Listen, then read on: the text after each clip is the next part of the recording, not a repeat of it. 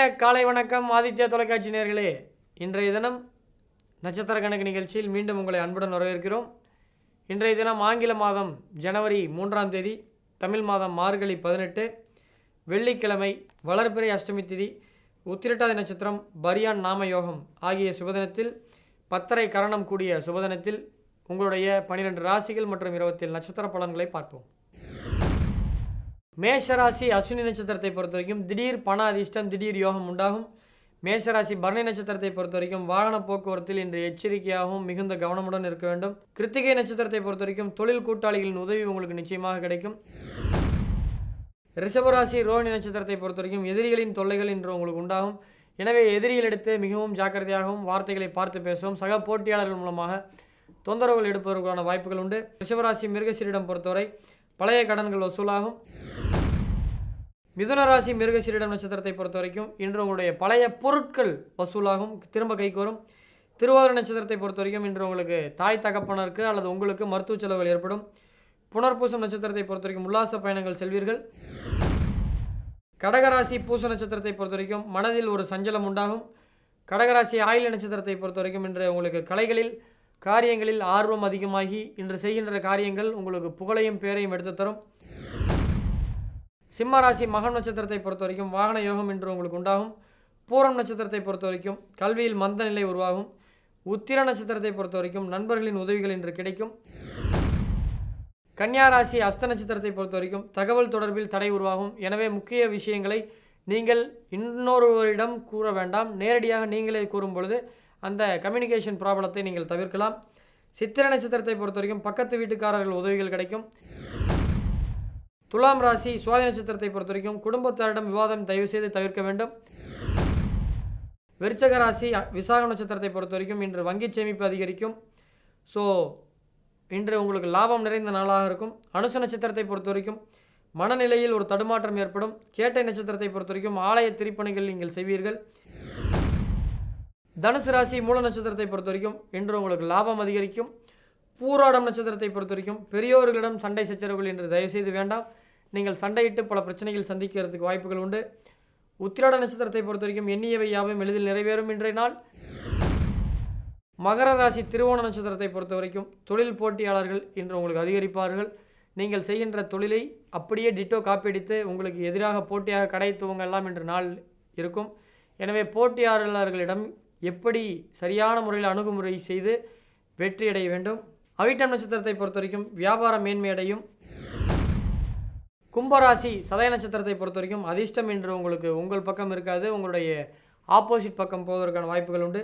பூரட்டாதி நட்சத்திரத்தை பொறுத்த வரைக்கும் தொழில் உத்தியோகத்தில் அப்பாவினுடைய உதவிகள், அம்மாவினுடைய உதவிகள் கிடைக்கும். மீனராசி உத்திரட்டாதி நட்சத்திரத்தை பொறுத்த வரைக்கும் மனதில் ஒரு குழப்பம் அதிகரிக்கும். ரேவதி நட்சத்திரத்தை பொறுத்த வரைக்கும் ஆன்மீக பயணம் இன்று உங்களுக்கு சிறப்பை தரும், ஒரு மகிழ்ச்சியை தரும். நண்பர்களே, இன்றைய நட்சத்திர பலன்களை பார்த்தோம். இன்றைய தினத்தினுடைய சிறப்பை பார்ப்போம். இன்றைய தினம் அஷ்டமி திதி, உத்திரட்டாதி நட்சத்திரம். இந்த கூடிய நன்னாளில் இன்று சந்திரமானப்படி புஷ்ய மாதத்தின் 8ஆம் நாள் துர்காஷ்டமி என்பார்கள். சந்திரமிகு படத்தில் வரும் பார்த்தீங்களா, துர்காஷ்டமி அன்னைக்கு அப்படின்ற அந்த நாள் இன்றைக்கி தான் வருஷத்தில் ஒரு தடவை வரும் துர்காஷ்டமி. ஸோ இந்த வளர்பிறையில் வரக்கூடிய மார்கழி மாதத்தில் வரக்கூடிய தினம்தான் இன்று துர்காஷ்டமி. இன்று பத்திரகாளிக்கு துர்காதேவிக்கு பூஜை செய்வ. வீட்டில் இருக்கக்கூடிய பீடை, சில பேர் சொல்லுவாங்க, என்னமோ வீட்டில் ஒரு பீடை இருக்குப்பா, வீட்டில் ஏதோ ஒரு நெகட்டிவ் எனர்ஜி இருக்குப்பா, எப்போ பாரு வீட்டில் யாருயாவது சண்டை வந்துகிட்டே இருக்குது, வீட்டில் யாருக்காவது ஒரு கஷ்டம் வந்துகிட்டே இருக்குது, இல்லை ஒருத்தருக்கு போனால் ஒருத்தருக்கு நோய் வருது அப்படின்றவங்களாம் இன்றைக்கி துர்கையம்மன் கோயிலுக்கு அல்லது பத்திரகாளி கோயிலுக்கு சென்று சிவபூஜை, அந்த கோயிலில் இன்றைக்கி பத்திரகாளி கோயிலில் இன்றைக்கி சிவபூஜை செய்வாங்க. அந்த சிவபூஜை செய்த பால் அபிஷேகம் செய்த பாலையோ அல்லது அந்த தீர்த்தத்தையோ வீட்டில் 4 மூலையிலும் தெளிக்க இன்று உங்கள் வீட்டில் இருக்கக்கூடிய அந்த கெட்ட துஷ்ட சக்திகள், பீடைகள் ஒளியும் என்பது பஞ்சாங்க விதி. ஸோ இன்றைய தினத்தில் என்னெல்லாம் செய்யலாம் என்று பார்க்கும் பொழுது அஷ்டமி திதியுடன் கூடிய உத்திரட்டாதி நட்சத்திரத்தில் செய்வது. ஸோ ருதுசாந்தி, பூ முடிக்க, சீமந்தம் செய்ய, நாமகரணம், ஆலய திருப்பணிகள் செய்ய, உபநயம், விவாதம் செய்ய, கிணறு வெட்ட, போரிங் போட, விவாகம் செய்ய என்ற நல்ல நாள்.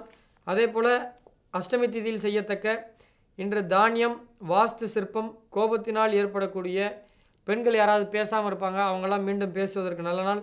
ஆபரணங்கள் செய்ய ஆர்டர் பண்ணுற என்ற நல்ல நாள். நண்பர்களே, 27 நட்சத்திரங்கள் ரீதியாக 12 ராசி பலன்களை பார்த்தோம். இன்றைய தினத்தினுடைய துர்காஷ்டமி சிறப்பை பார்த்தோம். இன்றைய தினத்தில் என்னெல்லாம் செய்யலாம் என்பதை பார்த்தோம். தொடர்ந்து இன்றைய நேயர்களின் கேள்வி பதிலை பார்ப்போம். நேயர்களே, இன்றைய முதல் கேள்வியாளரின் பெயர் பாரதி கல்கி ஜி. மதுரையிலேருந்து எழுதியிருக்காங்க. டேட் ஆஃப் பர்த் 17/5/1997 சாட்டர்டே மதியம் 12:07 பிறந்திருக்காங்க. விருதுநகரில் பிறந்திருக்காங்க. இப்போ இருக்கிறது அவங்க மதுரைன்னு இருக்காங்க. அவங்களுடைய கேள்வி அபவுட் ஜாப். பிஇ படிச்சிருக்கேன்னா நான் ரொம்ப நல்லா காம்படிட்டிவ் எக்ஸாம் லைக் பேங்க் எக்ஸாமில் ட்ரை பண்ணுறேன். எனக்கு எல்லாமே க்ளோஸில் வந்து மிஸ் ஆகுது. ஸோ இந்த பேங்க்கில் ஜாப் கிடைக்குமா, இல்லைனா வேறு ப்ரைவேட் ஜாப் போகலாமா? ஃபேமிலி சுச்சுவேஷன், ஃபினான்ஷியல் ப்ராப்ளம், நல்ல ஸ்ட்ரெஸ் ஓவர் ஆகுது. ஸோ 2 இயர்ஸாக பேரண்ட்ஸுக்கும் ஏதாச்சும் செய்யணும்னு நினைக்கிறேன். ஸோ பட் முடியல. எக்ஸ்பெக்டாக ஜாப் கிடைக்கும்னு சொல்லுங்கள் அப்படின்றாங்க. ஸோ முதல்ல அவங்க அப்பா அம்மாவுக்கு எதாவது செய்யணும்னு நினைக்கிறதே ஒரு நல்ல ஒரு செயல், பாராட்டுக்குரியது. ஸோ உங்களுக்கு எப்போ வேலை கிடைக்குன்னு இருக்கீங்க. ஸோ உங்களுக்கு பேங்க் வேலை நிச்சயமாக கிடைக்குமா? தொடர்ந்து எழுதிட்டே இருங்க. 2020 நிச்சயமாக கிடைப்பதற்கான வாய்ப்புகள் உண்டு. ஸோ உங்களுக்கு எப்போ வேலை கிடைக்கும் எக்ஸாக்டாக சொல்லுங்கன்றீங்க. ஸோ ஒன்று 2020 ஏப்ரலில் கிடைக்கும், அல்லது ஆகஸ்ட்டில் கண்டிப்பாக கிடைக்கிறதுக்கான வாய்ப்புகள் உண்டு. 2வது கேள்வி அபவுட் மேரேஜ்.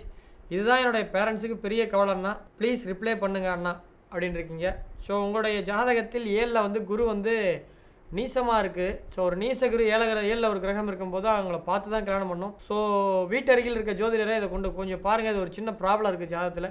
ஸோ நம்ம எதாவது ஒன்று சொல்லிவிட்டு அதுக்கு பின்னாடி அது என்னன்றது உங்களுக்கு தெரியாமல் போயிடும். ஸோ 2ல் செவ்வாய் இருக்குது. உங்களுக்கு துன்றிக்கமான பேச்சு இருக்கும். 7ல் ஒரு நீச கிரகம் இருந்து தன்னுடைய லக்கணத்துக்கு 3ஆம் பாவத்தையும் 11ஆம் பாவத்தையும் லக்கணத்தையும் பார்வையிடுவதால் ஸோ உங்களுக்கு திருமணத்தில் ஒரு சின்ன ப்ராப்ளம் இருக்குது. வீட்டு அருகே உள்ள ஜோதிடரை சென்று இதை என்னென்னு செக் பண்ணிக்கோங்க.